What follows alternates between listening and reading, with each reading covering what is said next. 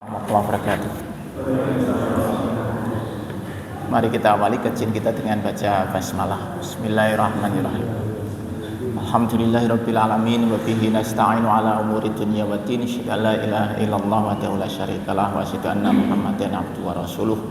Allahumma shalli wa sallim wa barik ala Muhammadin wa ala alihi wa ashabihi ajma'in. Alhamdulillah, puji syukur kita aturkan kehadirat Allah SWT yang senantiasa memberikan nikmat kepada kita. Allah bangunkan kita pagi ini dalam kondisi sehat. Allah mudahkan kita untuk melaksanakan sholat subuh berjamaah. Mudah-mudahan apa yang kita lakukan hari ini semua menjadi catatan amal soleh untuk kita semua dan penggugur dosa kita insyaallah. Sholawat dan salam kita sampaikan kepada teladan kita Rasulullah Muhammad sallallahu alaihi wasallam, keluarga, sahabat dan seluruh pengikutnya yang istiqomah mengikuti sunnahnya. Mari kita bersama-sama zikir pagi. A'udzu billahi minasyaitonir rajim. Bismillahirrahmanirrahim. Allahu la ilaha illa huwal hayyul qayyum. La ta'khuduhu sinatun wa la nawm. Lahu ma fis samawati wa ma fil ard. Man dalladhi yashfa'u indahu illa bi'idnih. Ya'lamu ma baina aydihim wa ma khalfahum. Wa la yuhituna bi syai'in min 'ilmihi illa bima syaa'. Wasi'a kursiyyuhu samawati wal ard wa la ya'uduhu hifdhuhuma wa huwal 'aliyyul 'azim. Bismillahirrahmanirrahim. Qul huwallahu ahad. Allahus samad. Lam yalid wa lam yulad wa lam yakul lahu kufuwan ahad. Bismillahirrahmanirrahim.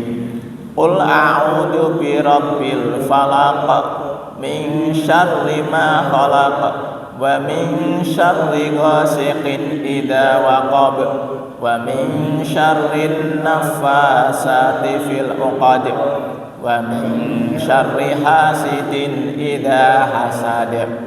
Bismillahirrahmanirrahim. Qul a'udzu birabbin nas, malikin nas, ilahin nas, min syarril waswasil khannas, alladzi waswisu fi sudurin nas, minal jinnati wan nas. Asbahna wa asbahal mulku lillah walhamdulillah, la ilaha illallah wahdahu la syarikalah, lahul mulku wa lahul hamdu wa huwa ala kulli syai'in qadir. Rabbi as'aluka khaira ma fi hadal yaumi wa khaira ma ba'dah wa a'udzu bika min syarri ma fi hadal yaumi wa syarri ma ba'dah. Rabbi a'udzu bika minal kasali wa su'il kibar. Rabbi a'udzu bika min adabin fin nari wa adabin fil qabr. Allahumma bika asbahna wa bika amsayna wa bika nahya wa bika namutu wa ilaikan nusyur. Allahumma anta rabbi la ilaha illa anta khalaqtani wa ana abduka wa ana ala ahdika wa wa'dika mastata'tu. A'udzu bika min syarri ma sana'tu. Abu'u laka bi ni'matika 'alayya wa abu'u bi dhanbi faghfirli fa innahu la yaghfirud dunuba illa anta. Allahumma afini fi badani, Allahumma afini fi sam'i, Allahumma afini fi basari la ilaha illa anta Allahumma inni a'udzu bika minal kufri wal faqr wa a'udzu bika min adzabil qabr la ilaha illa anta Allahumma inni as'alukal afwa wal afiyata fid dunya wal akhirah Allahumma inni as'alukal afwa wal afiyata fid dini wa dunyaya wa ahli wa mali Allahumma astur aurati wa amin rawati Allahumma fatni min baini yadayya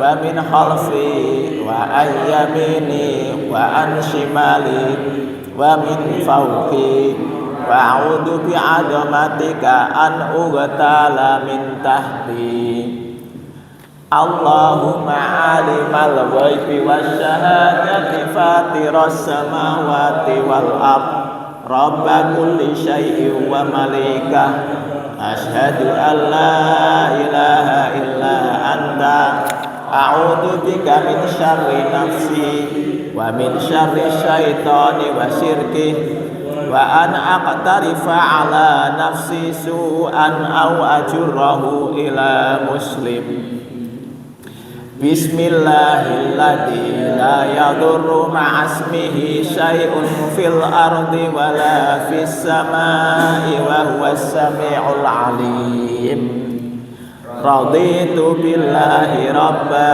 wa bil islami dina wa bi Muhammadin sallallahu alaihi wasallam nabiyya Ya hayyu ya qayyum bi rahmatika astaghis aslih li sya'ni kullahu wa la takilni ila nafsi tarfata ain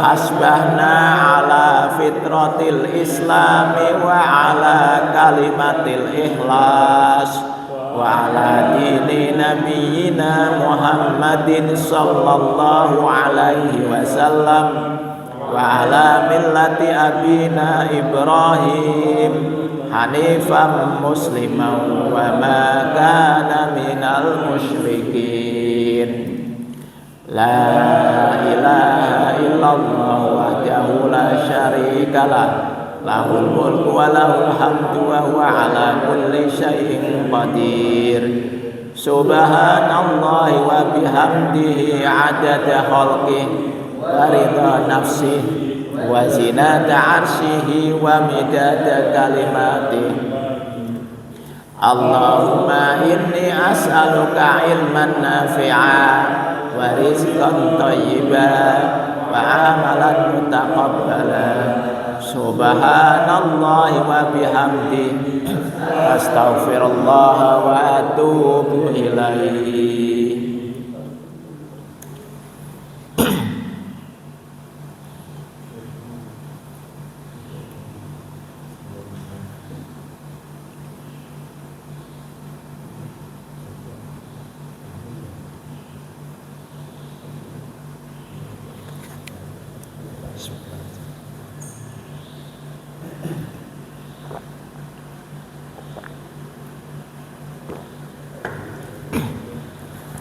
Kita lanjut kajian al-hikam kita sampai pasal 86. Al-husnu ala fuqdanit ta'ati ma'a adamin nuhudi ilaiha. Al-husnu kesedihan ala fuqdanit ta'ati karena merasa kehilangan kesempatan untuk melakukan ketaatan. Ma'a adamin nuhudi ilaiha, padahal pada saat itu bersamaan dengan itu dia tidak ada pergerakan, tidak ada usaha untuk melakukannya. Min alamatil iktirar merupakan alamat, merupakan ciri dari keterpedayaan. Maksudnya tertipu. Nah, tertipu terhadap diri sendiri. Iktirar dari kata dasar gharar. Nah, gitu ya. Jadi orang yang terpedaya, tertipu. Jadi ada orang merasa sedih ketika dia kehilangan kesempatan untuk melakukan ketaatan. Jenengan kalau kehilangan kesempatan untuk melakukan amal soleh sedih apa enggak? Sedih. Pertanyaannya, ada keinginan, ada kemudian pengen bergerak apa enggak? Sedih-sedih, tapi ya tetap baik tengah-tengah gitu ya. Nah, kan gitu. Kalau misalnya saya tiap-tiap bisa bangun malam untuk tahajud, wah sedih. Tapi kemudian tidak ada usaha besok untuk bisa bangun tahajud. Nah itu namanya orang yang terpedaya. Wes bener ini, rasanya wes bener.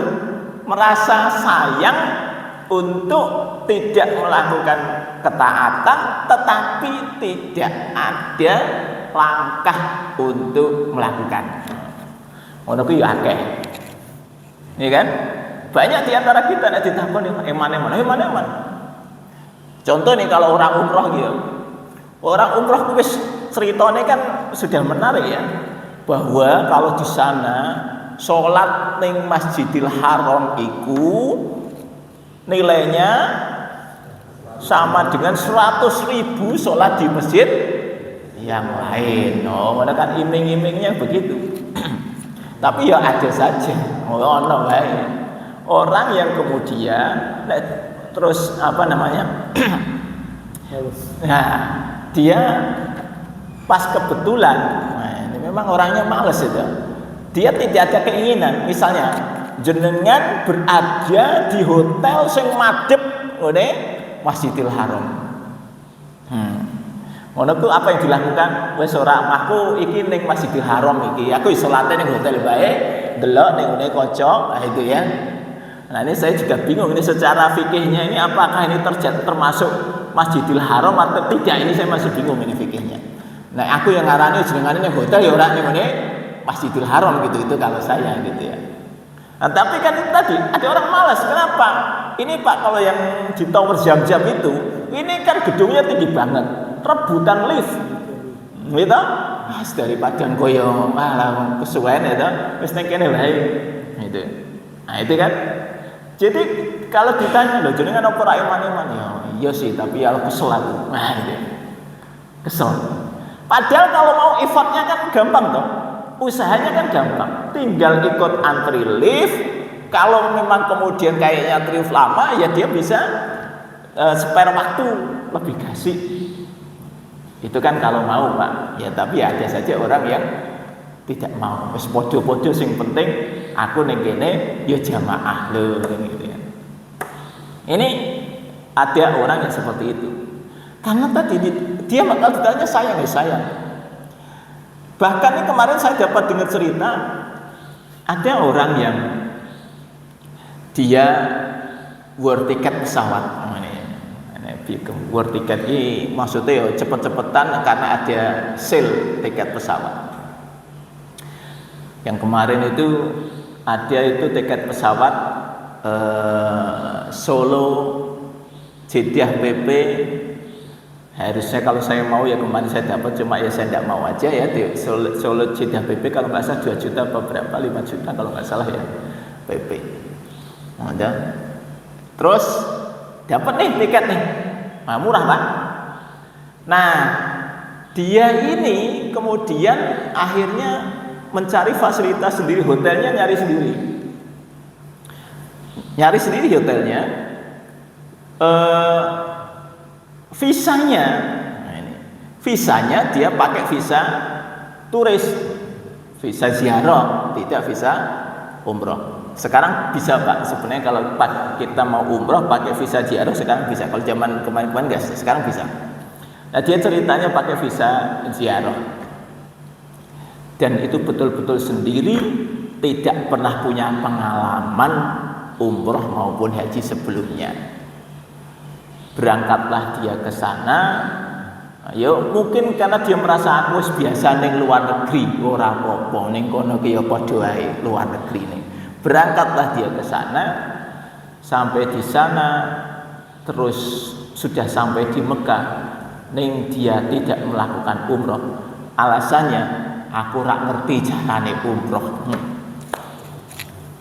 Oh iya Pak, sudah sampai Mekah loh. Hotelnya ya ora hotel sing ecek-ecek, hotel bintang 5. Kurang apa Pak? Sudah sampai sana hotel bintang 5, gitu. Tapi karena dia tidak ada usaha, ya nggak melakukan umroh. Kan janjian ini kalau mau umroh banyak, tanya dong, umroh itu bagaimana? Itu. Karena saya masih ingat tuh, saya umroh pertama tahun 2003, Pak, seingat saya. Itu ya karena ini ceritanya memang saya tidak waktu itu agendanya memang bukan agenda umroh. Saya agenda saya pameran di Riyadh. Kebetulan jadi pameran dengan beberapa orang. Saya sudah niat pokoknya nanti dari Riyadh saya akan ke umroh gitu ya. Nah, ketika di kedutaan, karena kedutaan Indonesia adanya di Riyadh ya, jadi kita ini diundang di kedutaan. Di kedutaan itu saya ketemu dengan atas perdagangan. Atas perdagangannya ini orangnya baik. Saya ngomong, Pak, saya ini nanti habis pameran mau umroh. Udah kalau umroh gini aja, nanti saya nyuruh sopir saya ngantar jenengan. Dan nanti fasilitas dari saya. Oh itu luar biasa Pak. Saya itu niatnya memang sengaja, memang pokoknya nggak kepikiran saya diantar. Jadi itu kemudian oleh atasnya saya disiapkan mobil sopir. Wes ora usah bayar bensin, ora perlu keluar biaya transport. Diantarlah saya sama sopir, bahkan oleh atas perdagangan tidak cuma transportnya, hotelnya pun sudah dibukingkan. Oh kan kecil jenengan ya dah. Yang kalau saya sudah siap, karena memang sudah niat Pak dari awal, saya pokoknya kalau dari Riyadh nanti saya akan umroh. Ada teman saya, karena tadi saya kemudian difasilitasi, teman saya nggak siap sama sekali.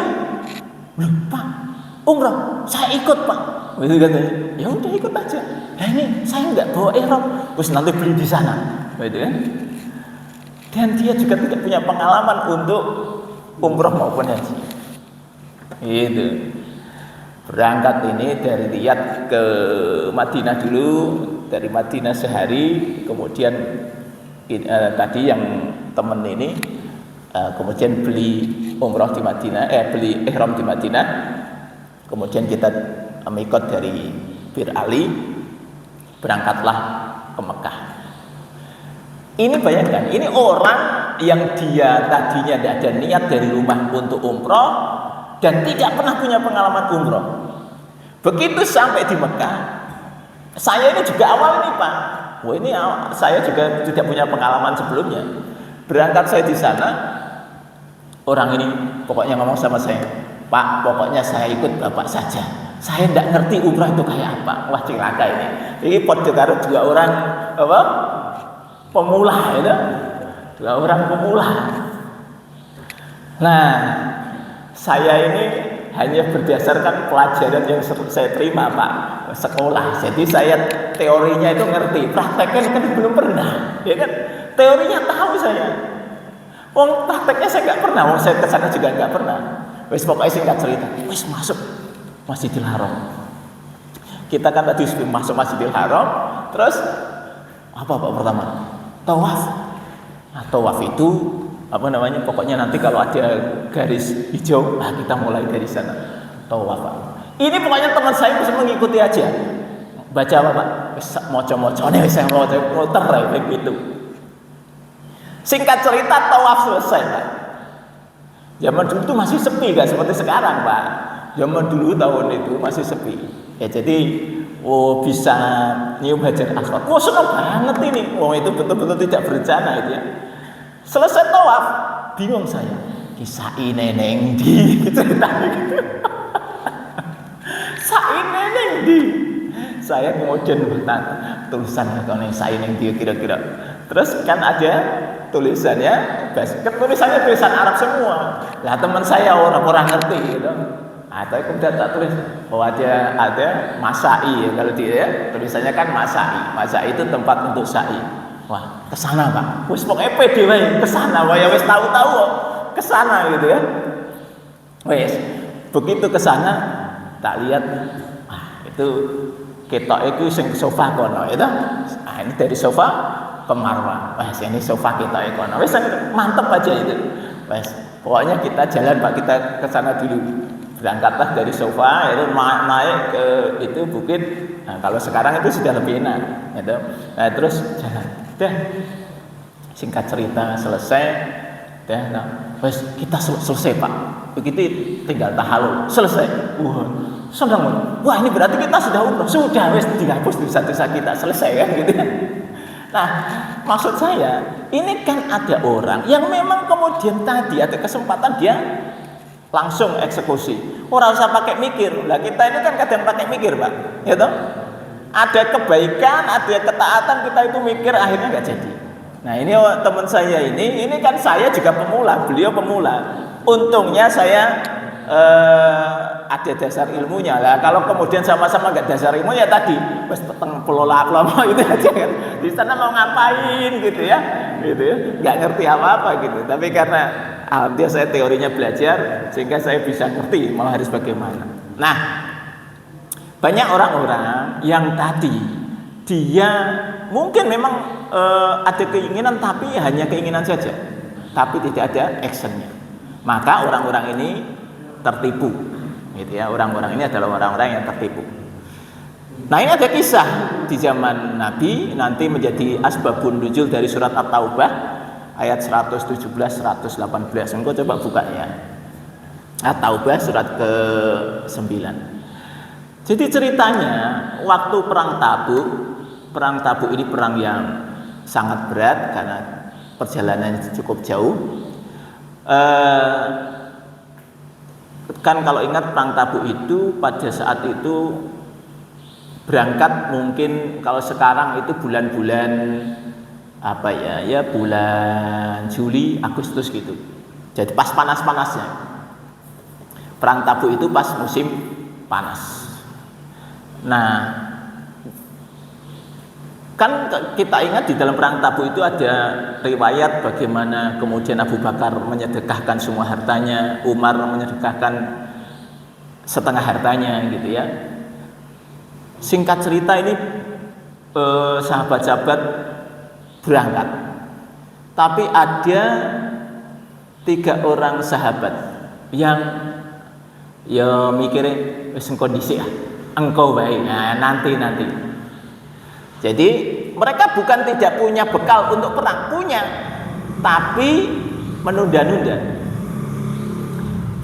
Sahabat ini namanya Ka'ab bin Malik yang pertama, yang kedua Hilal bin Umayyah, yang ketiga siapa ya lali aja ini.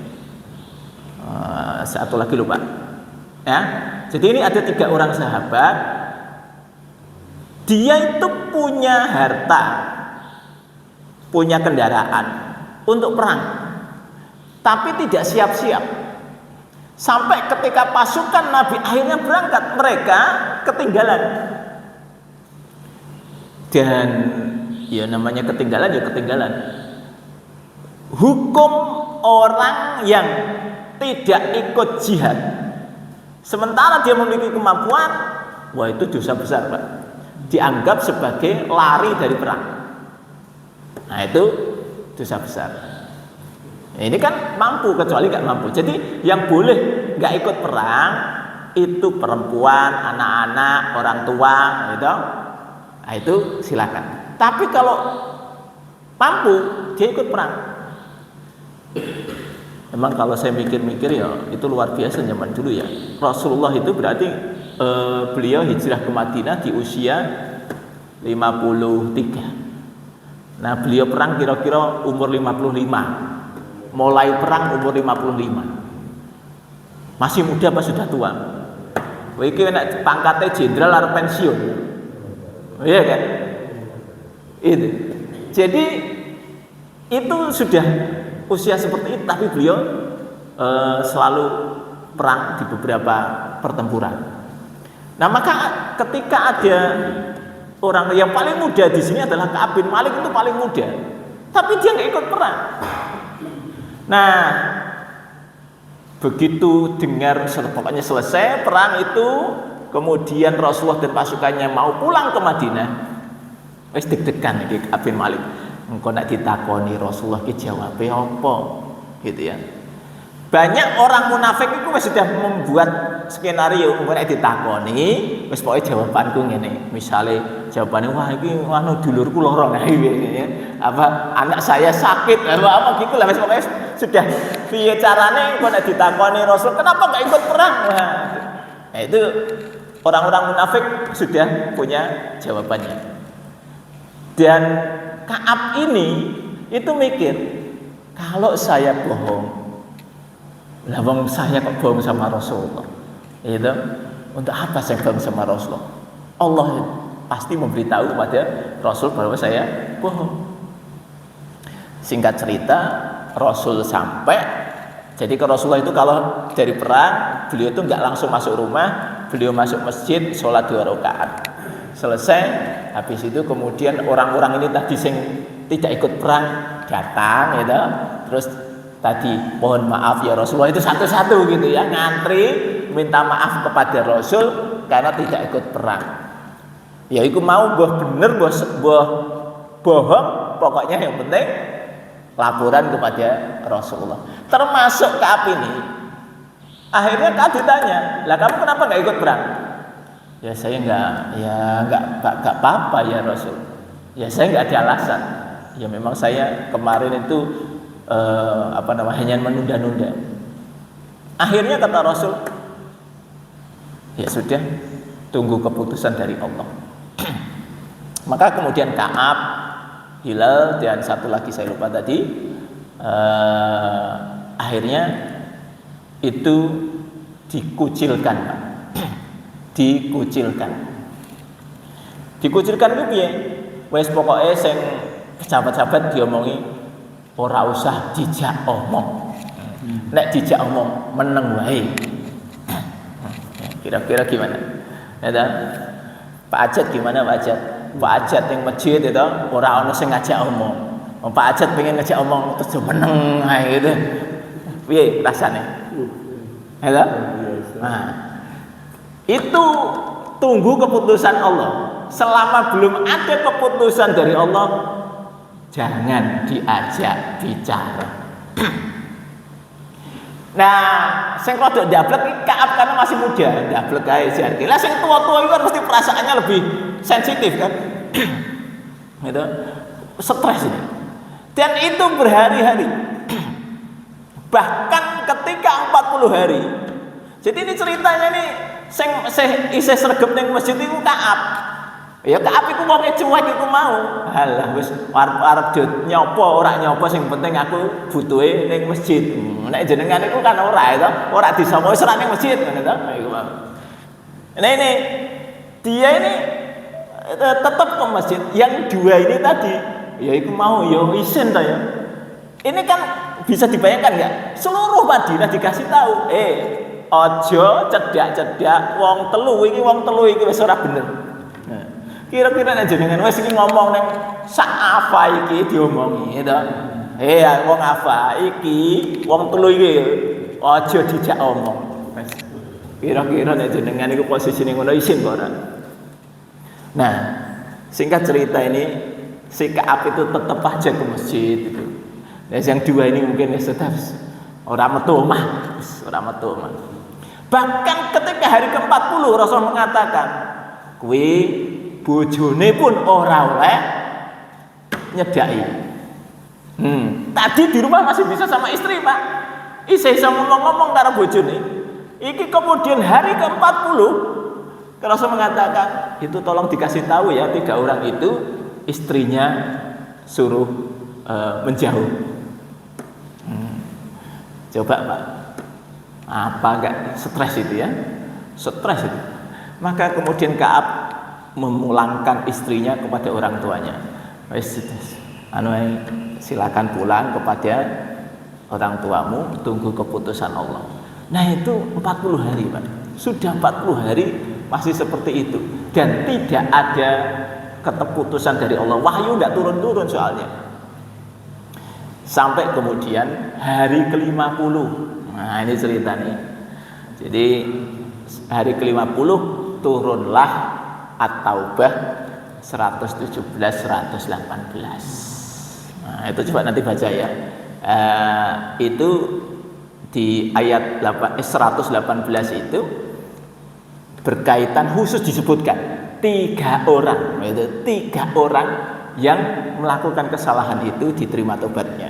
Oh, itu langsung ada keputusan dari Allah. Surat At-Taubah itu turunnya mungkin sebelum duhur ayat itu, sebelum subuh.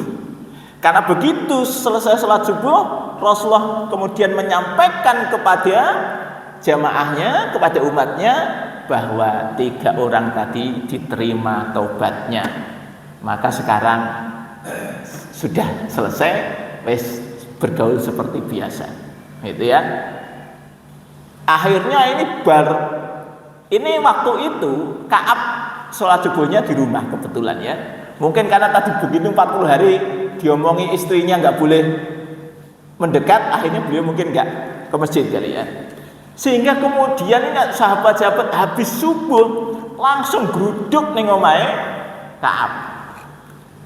Itu ya ceritanya. Wah itu bar subuh itu ana nang geruduk gitu ya. Wah ini kan Ka'ab kaget, ki apa meneh gitu ya. Kemarin ini sebuah siksaan yang luar biasa gitu.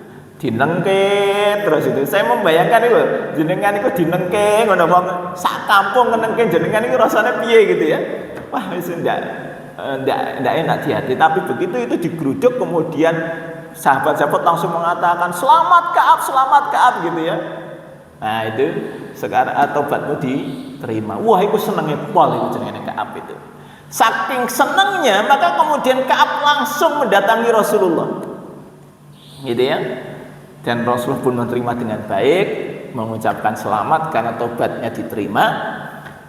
Dan Ka'ab kemudian mengatakan sebagai bentuk tobat saya ya Rasul dan syukur saya akan sedekahkan semua harta saya. Kata Rasul, jangan, sebagian saja, jangan semuanya. Itu ya. Akhirnya ya sudah ya Rasul, yang sebagian saya sedekahkan, yang sebagian masih tetap milik saya. Mana yang milikmu? Yang jadi dulu sebelum perang Tabuk ada perang Khaybar.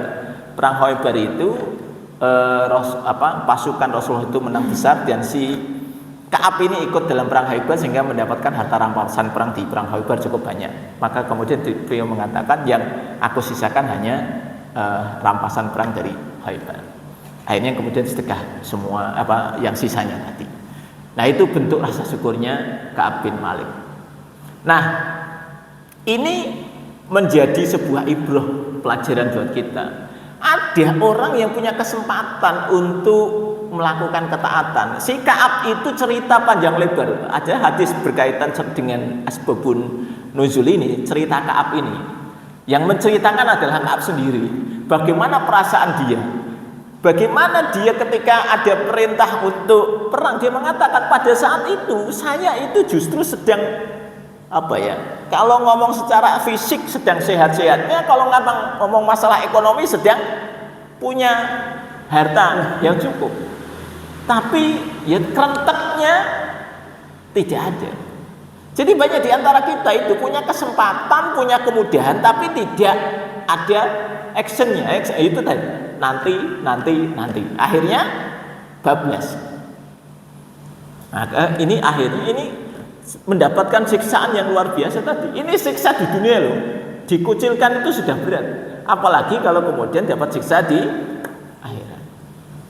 Nah maka supaya kita tidak terperdaya, supaya kita tidak tergelincir, tertipu, ini tolong ketika kita itu sudah merasa eman, sayang, tidak melakukan ketaatan, ya langsung dieksekusi Pak. Yang biasa nih kalau jenengan itu masalah sedekah ya. Sedekah itu ketika ada keinginan sih, tapi eksekusinya biasanya agak kurang. Ketika panjenengan eksekusinya ditunda, itu akhirnya tidak jadi. Ya, yang ngomong sedekah itu, eksekusi itu harus langsung. Karena begitu jenengan menunda eksekusi, sesuk ana kebutuhan yang lain. Ini ngomong sedekah itu begitu. Jadi itu kan kita itu biasanya gini, pengen sedekah, pengen. Kalau ditanya, wah ada keinginan. Ketika keinginan itu ada, dia harus nanti aja sekalian. Begitu ngomong nanti, itu ana kebutuhan yang lain. Nah ini saya mengingatkan, ini kita mau korban. Kalau jenengan itu mau korban, diniatkan dari sekarang, eksekusi. Karena kalau tidak, ya bablas. Nah korban itu, ya kalau ngomong nominal, ya besar, ya toh, lumayan kan gitu. Katakanlah yang terakhir kita itu kemarin berapa? 3.250.000. Berarti tahun ini biro kira-kira. Anggap aja 3,5 ya kan? Lumayan ya kan? 3.500.000. Dari tahun kemarin, wah saya kok kemarin misalnya gini, saya tahun kemarin nggak jadi Pak. Alasannya apa? Ya kemarin soalnya anak saya masuk sekolah, sehingga uangnya untuk bayar anak masuk sekolah. Iya oke. Tahun kemarin pas kebetulan anaknya masuk sekolah. Nah, tahun ini kira-kira alasannya apa? Nah itu kan. Jadi dia itu janjinya ya eman, ya Pak saya nggak bisa karena anak saya masuk sekolah. Ya sudah, tahun ini. Tahun ini, ya wis tahun ini Pak. Maka harusnya ketika dia sudah merasa wah kayaknya tahun depan saya harus, maka ada eksekusinya Pak. Ada eksekusinya. Nah ini kita mumpung masih punya waktu berapa bulan ya, 1 bulan rada ya 1,5 bulan ya kira-kira ya, sekitar 1,5 bulan, 1 bulan 3 minggu kira-kira untuk itu tahap. Jadi kita sudah mempersiapkan dari sekarang. Mudah-mudahan minimal itu ketika jenengan sudah niat itu nanti digerakkanlah apa rezekinya gitu. Ya kan gitu teorinya. Nah tapi kalau niatnya saja sudah tidak ada, ya piye? Ya memang tidak ada niatnya kok gitu ya. Wah niatnya nggak ada ya nggak bakal ada rezekinya. Rezekinya lewat aja gitu. Nah, tidak ada masalah sebenarnya jenengan itu mau korban di mana itu nggak apa-apa. Mau korbannya kambing kayak mau korbannya sapi tidak ada masalah. Nek perlu korban nonton yang gini ya malah HP gitu ya.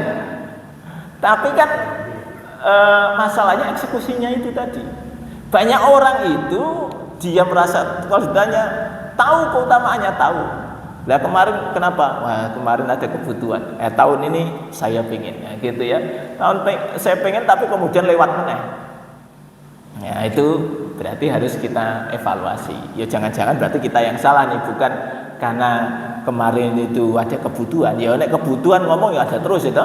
Ada terus kebutuhan itu setiap hari. Tapi kalau kemudian kita sudah niat, insya Allah ada jalan keluarnya. Gitu ya. Ini mengingatkan nih jamaah supaya siap-siap itu event berikutnya itu. Event berikutnya adalah Idul Adha. Idul Adha itu ya wis intinya makan-makan gitu ya. Oke, sampai di sini ada pertanyaan. Kurang pirang menit iki ya. Kita kurang 5 menit. Ada pertanyaan pura iki? Kalau waktu haji itu kan udah mau selesai haji kan ada waktu sehingga orang-orang itu dulu ngajak umroh, tapi kok saya mau umroh tapi aturannya gimana? Boleh umroh benar seperti itu gimana? Boleh aja. Karena umroh itu boleh dilakukan kapan saja. Ya kan? Tidak terikat waktu umroh itu, mau dilakukan kapanpun, hari apapun boleh. Gitu. Misalnya tadi sudah haji selesai, ritual haji, mungkin jenengan ada di kloter terakhir ya toh? Kloter terakhir sehingga masih punya waktu cukup lama nunggu di sana daripada tengah-tengah muter belanja duit entek ya toh? Nah, jenengan umroh saja nggak apa-apa. Boleh umroh setiap hari, boleh nggak? Angger kuat oleh.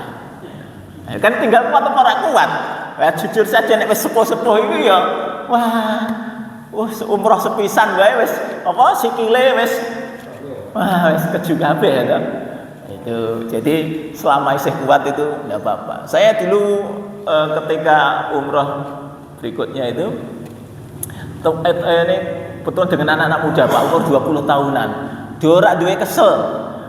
Bar umroh selesai siang bengi ki mangkat meneh. Aku guys, kene ke ya wis boyo ya wis pegel ya toh. Pak umroh lagi, wis kono mangkat to dhewe gitu bilang gitu aja. Lah itu anak-anak muda itu ya adik aja gitu. Umur 20 tahunan kok isih kuat ae itu ya. Dia berangkat sendiri, pakai taksi menuju mikot ya. Terserah jenengan mikotnya mau Tanim, mau Jirona. Kalau kan sudah di Mekah silakan aja, boleh saja. Nah, itu kalau nanti jenengan umroh ya.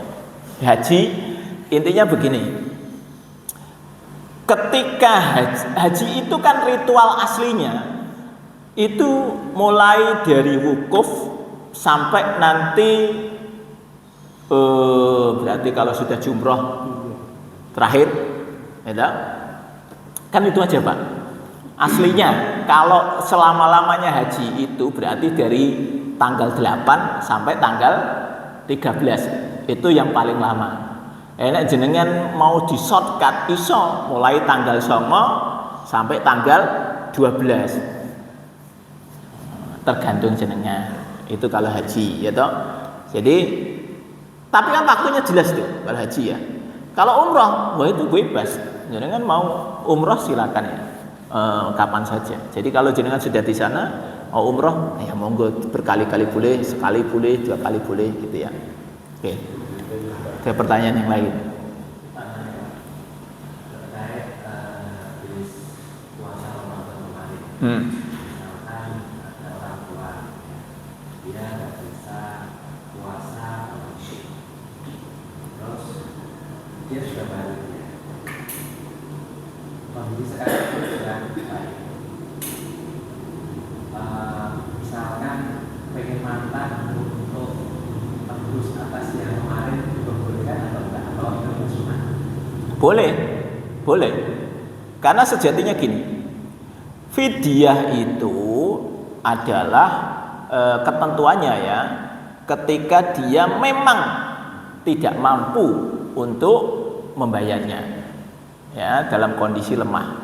Lah kalau kemudian dia tidak dalam kondisi lemah, boleh. Maka sebenarnya gini, untuk kasus tadi orang tua atau orang yang sakit, dilihat sakitnya dulu ya.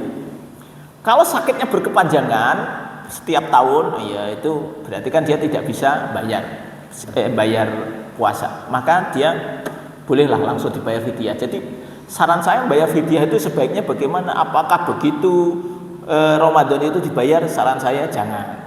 Karena masih punya kesempatan untuk membayar puasa setelah Ramadan.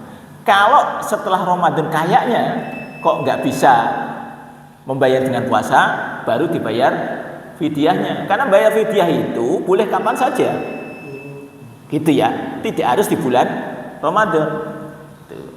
Jadi ini kan yang diperbolehkan membayar fidyah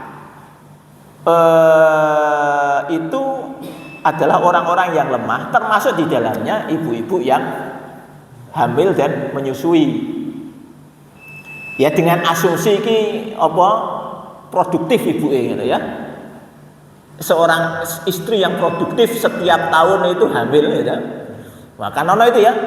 Ada seorang ibu yang produktif kan, tahun ini hamil, tahun depan menyusui, tahun berikutnya hamil, tahun depannya menyusui terus gitu kan nggak rampung-rampung. Terus kapan itu bayar utang posone? Iso 10 tahun ora tahu melu puasa Ramadan. Nah, yang seperti itu bayar fidyah.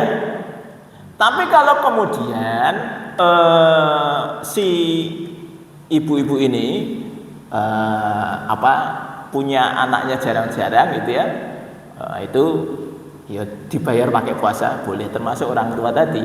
Orang tua pada saat itu kayaknya wah ini sudah sepuh, tapi kemudian ternyata sehat setelah itu, ya silakan dibayar setelah sehat pakai puasa. Jadi jangan buru-buru dibayar pakai fidyah. Kalau menurut saya ya, jangan buru-buru pakai fidyah. Tapi orang puasa lagi ya boleh. Ya, maka tadi kan pertanyaannya, lah itu sudah bayar fidyah puasa? Ya nggak apa-apa.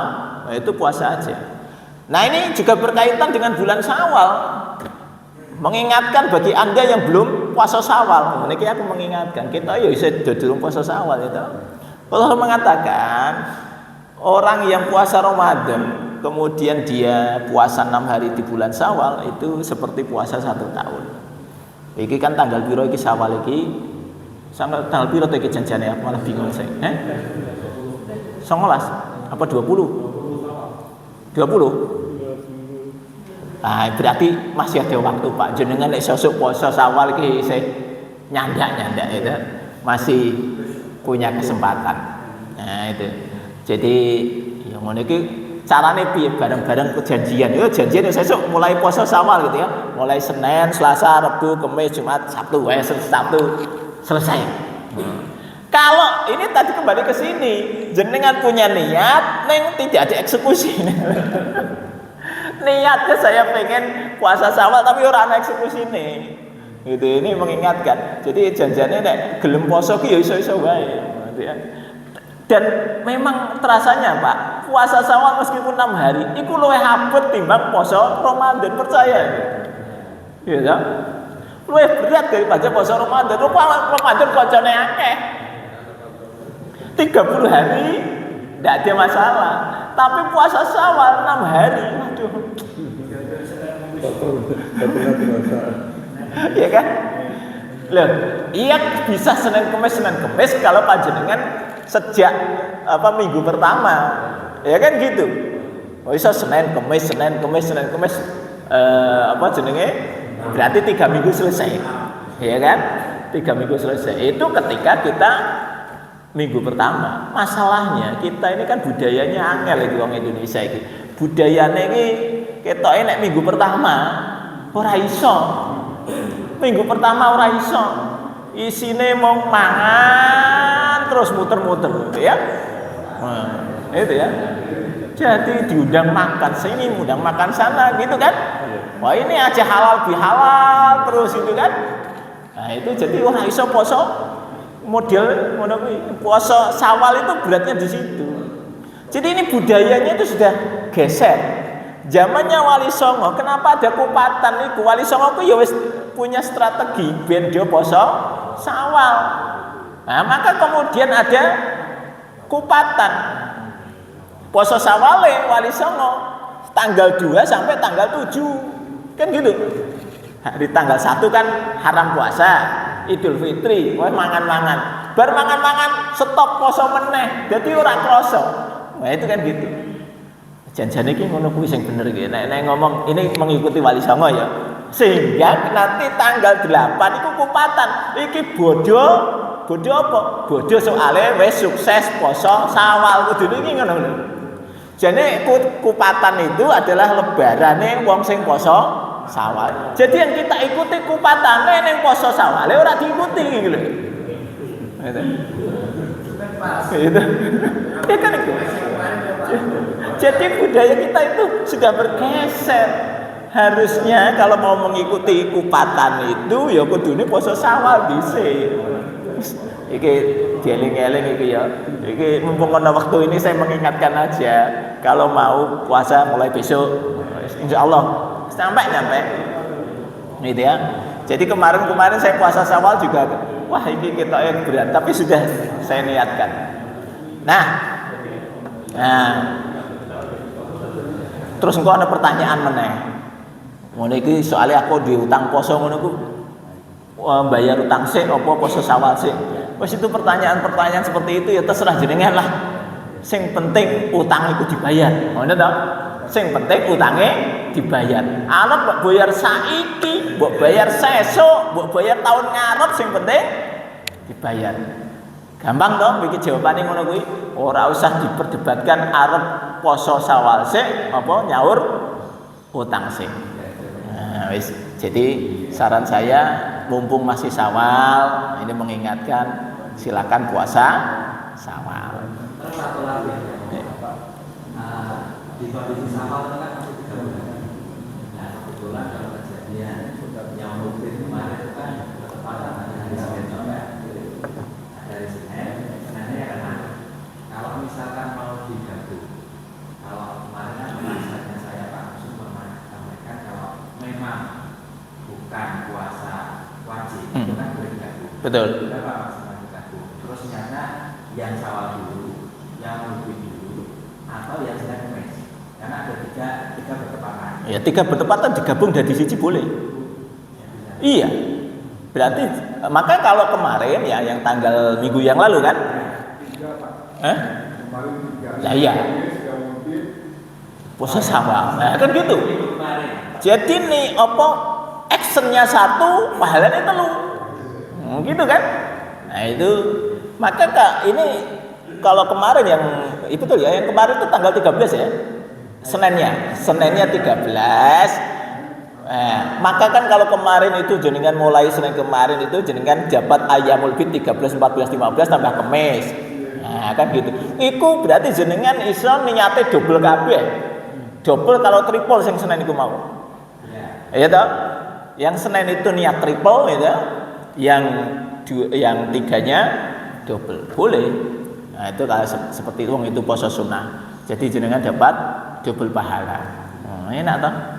Tapi iku wis kelewat. Sing durung kelewat iki sesuk itu.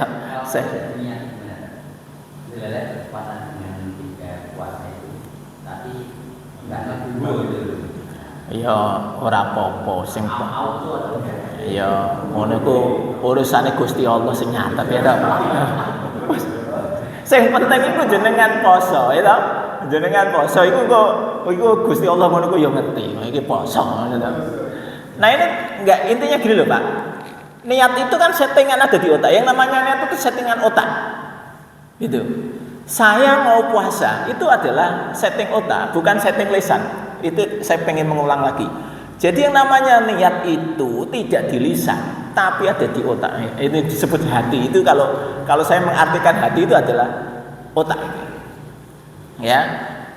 Maka ketika kita niat itu otak itu nyeting, ketika nyeting itu secara fisik tersetting sendiri.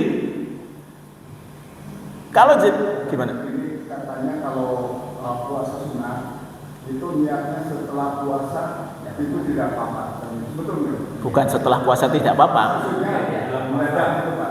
Tidak ada. Jadi Betul. puasa dulu terus baru niat. Bukan begitu Pak. Bukan. Ya. Jadi gini. Untuk puasa sunnah jenengan kalau puasa wajib jenengan kan sudah niat dari malam. Dari malam nih. Nah, puasa sunnah itu Rasulullah pernah melakukan. Beliau itu puasa karena beliau di rumah tidak ada yang dimakan. Sarapan ora ono dan memang beliau dari malam sampai itu belum minum pun belum. Maka beliau kemudian ketika tanya sama istrinya, "Iki apa? Sarapan apa?" "Mboten wonten napa-napa niki." Kan ya wis tak poso wae. Nah, itu ya. Jadi kondisi itu berarti kan posisinya sudah lewat dari subuh. Kemudian baru niatnya baru setelah subuh boleh untuk puasa sunnah. Tapi nek puasa wajib, wah itu ya kudune malamnya. Nah malamnya itu sebenarnya gini Mas. Apakah iku sing Ramadan kuwi wingi, apakah kudu nawa itu somanggotin anak adai dan seterusnya? Ora harus. Itu ya. Karena itu hanya lisan, Pak. Yang namanya puasa, yang namanya niat, settingan otak. Jadi begitu panjenengan itu menyeting alarm tangi sahur kemudian jenengan bangun sahur, itulah niat. Ngono lho. Karena otak kita sudah memerintahkan aku arep sahur. Jadi misalnya wis di setting alarme terus jenengan pateni turu meneh sampai bablas subuh ora sahur, iku jenengan tetap niat karena settingan itu tadi jenengan itu di dalam otak pengennya sahur untuk puasa dan kebetulan akhirnya bablas, kan itu sudah benar. Meskipun orang ngomong nawa itu somanggodin itu mau, jenengan tetap dicatat sebagai niat. Nah itu dia maksudnya ya. Jadi ya sekali lagi ini kita belajar kata Rasul ini akhirnya usah ini. Suatu saat nih Rasulullah masuk ke masjid. Iku ono sahabat itu punya dua kelompok. Ono sing ning kene, ono sing ning kene. Sing ning kene dikir, itu ceritane dikir bareng.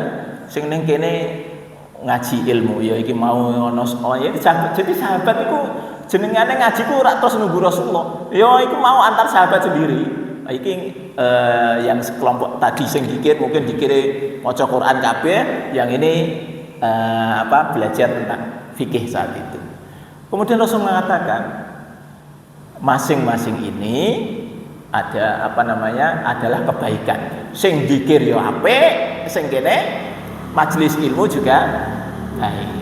Nah, tapi kemudian Rasulullah duduknya di majelis ilmu ra melu sing dikir.